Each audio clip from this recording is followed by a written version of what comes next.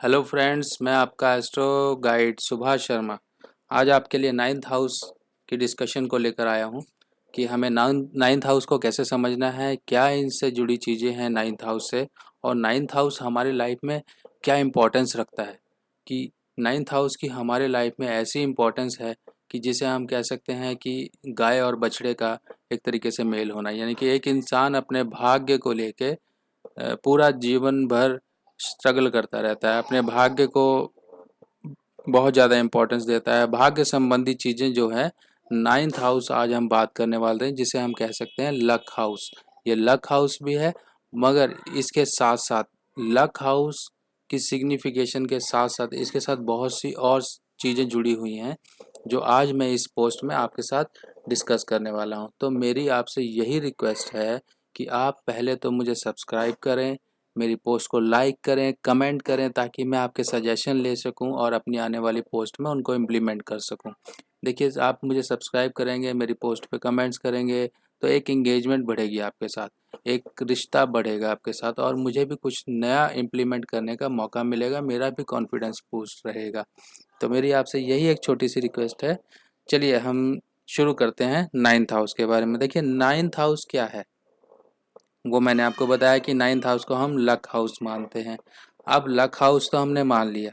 अब नेक्स्ट जो इसके एस्पेक्ट्स हैं उनके बारे में स्टडी करते हैं कि नाइन्थ हाउस जो है उसके कारका प्लैनेट क्या क्या हैं। कारका प्लैनेट हैं सन और जुपिटर, यानी कि सूर्य और बृहस्पति देव। अब सन जो है वो हमारे फादर को रिप्रेजेंट करते हैं, हमारी सोल यानी कि आत्मा को रिप्रेजेंट करते हैं, हमारे मान सम्मान, हमारी रुतबा, हमारी डिग्निटी, हमारी सोशल लाइफ में स्टेटस क्या है, हमारी नौकरी, ये सब चीज़ें सूर्य से देखी जाती है। हम प्लैनेट्स के बारे में भी साथ साथ में भी थोड़ा थोड़ा सा इंडिकेशंस जो हैं उनके सिग्निफिकेशन है वो डिस्कस करते जा रहे हैं। बाकी एक जब हम थोड़ा प्रैक्टिकली इनको अप्लाई करेंगे तो मैं आपको और थोड़ा डिटेल में बताना शुरू करूँगा। और इसमें जो बृहस्पति के जो हमने कारका को लिया गया, बृहस्पति को इसलिए लिया गया है कि जो हमारे एक लक होता है, जो हमारी किस्मत होती है, उसके जो कर्ता धर्ता हैं वो बृहस्पति देव हैं, क्योंकि बृहस्पति देव विजडम, लक, प्रॉस्पेरिटी और एक्सपेंशन, ये सब चीज़ों के कारका प्लेनेट हैं।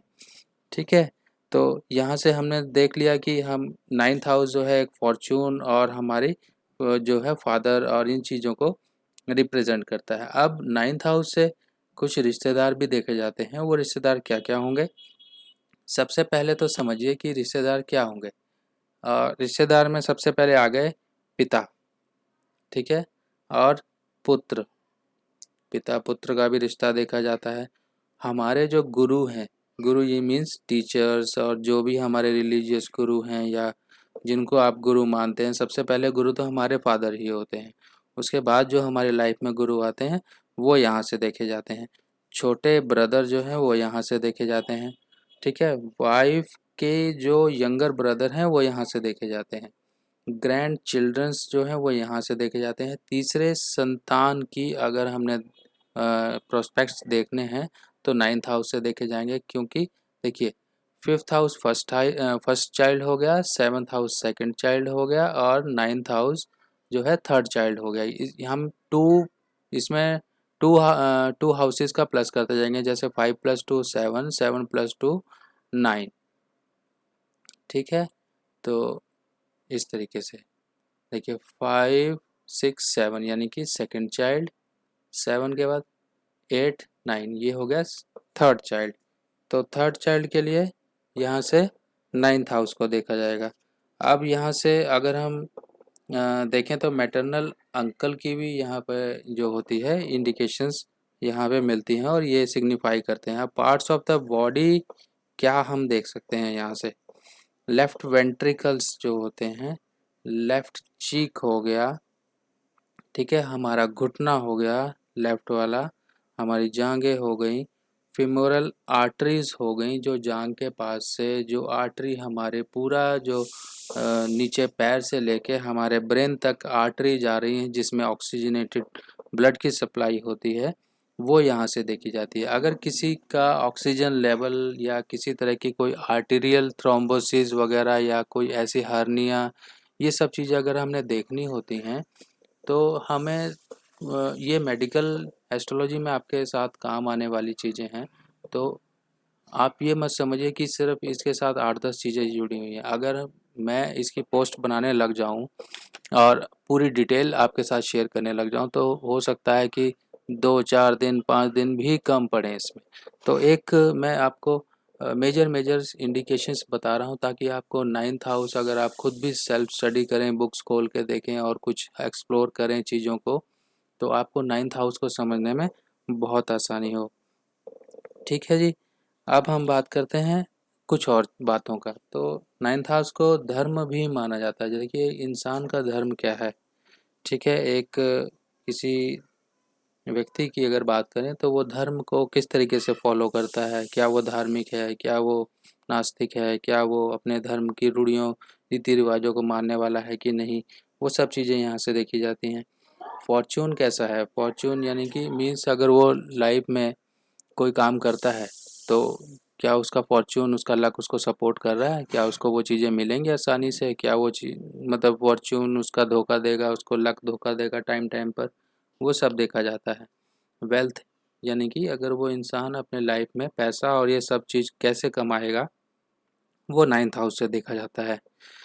फादर और जो है पिता और पुत्र का जो रिलेशन है वो यहाँ से देखा जाएगा। और डाइटी, डाइटी मीन्स हमारे जो इष्ट हैं वो सब चीज़ें यानी कि देवी देवता हैं वो भी हम नाइन्थ हाउस से देखे जाते हैं।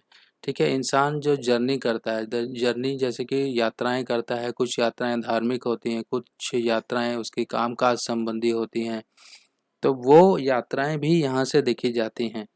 फॉरेन ट्रैवल अगर किसी का देखना है कि हाँ फॉरेन ट्रैवल बन रहा है, उसके चार्ट में कुछ प्रोमिसेस हैं ऐसे, तो हमें नाइन्थ हाउस को भी इसमें स्टडी करना पड़ेगा। अब इंसान का जो हायर माइंड है, higher mind of the state मतलब जो उसका स्टेट ऑफ माइंड है कैसा है, क्या वो अच्छी सोच रखने वाला है। देखिए अगर हम माइंड की बात करें तो माइंड में सबसे पहले हमें एजुकेशन को भी साथ में कनेक्ट करना पड़ेगा, और एजुकेशन का जो हाउस है वो सेकंड हाउस है। सेकंड हाउस जो उसकी जो बच्चे को स्टार्टिंग में एजुकेशन माँ बाप देते हैं वो, और फोर्थ हाउस उसकी प्राइमरी एजुकेशन है। जो फिफ्थ हाउस है उसकी अप टू 12 की एजुकेशन है। जहाँ नाइन्थ हाउस को कंसिडर करना है वहाँ पर उसकी ग्रेजुएशन से स्टार्टिंग करनी है, यानी कि अब वो ग्रेजुएशन लेवल पे आ गया है, तब हमें नाइन्थ हाउस को डिटेल एनालाइज करना है कि नाइन्थ हाउस उसका सपोर्टिव है क्या हायर एजुकेशन के लिए, वो चीज़ें यहाँ से देखी जाती हैं। ठीक है, तो अब बात करते हैं हस्बैंड, अगर किसी स्त्री का चार्ट है तो उसके हस्बैंड का जो फॉर्चून है वो भी यहाँ से देखा जाएगा। ठीक है, तो अब कोई और इश्यूज हैं उसके फीमेल्स के चार्ट में वो भी देखा जाएगा। लीगल या चैरिटेबल रिलीजियस प्रोफेशंस वो सब यहाँ से देखे जाएंगे। टीचर हम यहाँ से देखेंगे क्योंकि नाइन्थ हाउस गुरु का है। सेक्रीफाइस इंसान लाइफ में कितने करेगा वो सब यहाँ से देखे जाएंगे। इंसान जो तीर्थ यात्राएं करेगा, रिसर्च करेगा, कुछ नई खोजें करेगा, वो सब यहाँ से देखी जाएंगी। ठीक है, हायर स्टडीज़ की हम यहाँ पे बात कर ही चुके हैं कि हायर स्टडीज़ तो यहाँ से देखी ही जाती है। अगर इंसान हायर स्टडीज़ करने के लिए अब्रॉड जाना चाहता है तो वो भी हम नाइन्थ हाउस से देखेंगे। ठीक है, अब इंसान का जो है देखिए लक हाउस, आप समझ ही गए होंगे कि लक हाउस का हमारे लाइफ में कितना बड़ा इम्पोर्टेंस है, कि लक हाउस को हमारे जीवन में सपोर्ट बहुत ज़रूरी है। अगर लक हाउस हमारा सपोर्टिव होगा तो हमारे लाइफ में अगर चैलेंजेस आएंगे भी तो इंसान बड़े आराम से उनको टैकल करेगा। उसके अंदर कैपेबिलिटीज़ होंगी, उसका माइंडसेट ऐसा होगा कि वो जानता है कि निकलना कैसे है इन मुश्किलों से, और अपना रास्ता वो खुद बना लेगा। अगर कहीं मैलिफिक प्लैनेट्स का एस्पेक्ट है और नाइन्थ हाउस का लॉर्ड भी सही नहीं है, जैसे हमने कार का बात की है, सूर्य और बृहस्पति भी कुंडली में खराब है, तो वो कहीं ना कहीं हमारी किस्मत संबंधी चीज़ों का नुकसान करता हुआ दिखाई देगा। यानी कि नुकसान इंसान जीवन में कई सारे उठाएगा, अपनी किस्मत को लेकर परेशानियां उसके लाइफ में रहेंगी। तो फ्रेंड्स, आई होप आपको मेरी पोस्ट पसंद आ रही होंगी, और आपके मेरी रिक्वेस्ट बस यही है कि आप सब्सक्राइब करें, जुड़े रहें। आप मैं चाहता हूँ ज़्यादा से ज़्यादा लोगों तक ये जो ट्यूटोरियल्स हैं एस्ट्रोलॉजी के वो पहुँचा सकूँ। और आपके कमेंट्स और आपके लाइक मेरी कॉन्फिडेंस को भी बढ़ाएंगे और नई नई चीज़ें इम्प्लीमेंट करने के लिए मुझे प्रेरित करेंगे। चलिए, थैंक यू। नेक्स्ट पोस्ट लेके मैं दोबारा हाजिर होऊंगा। तब तक के लिए थैंक यू।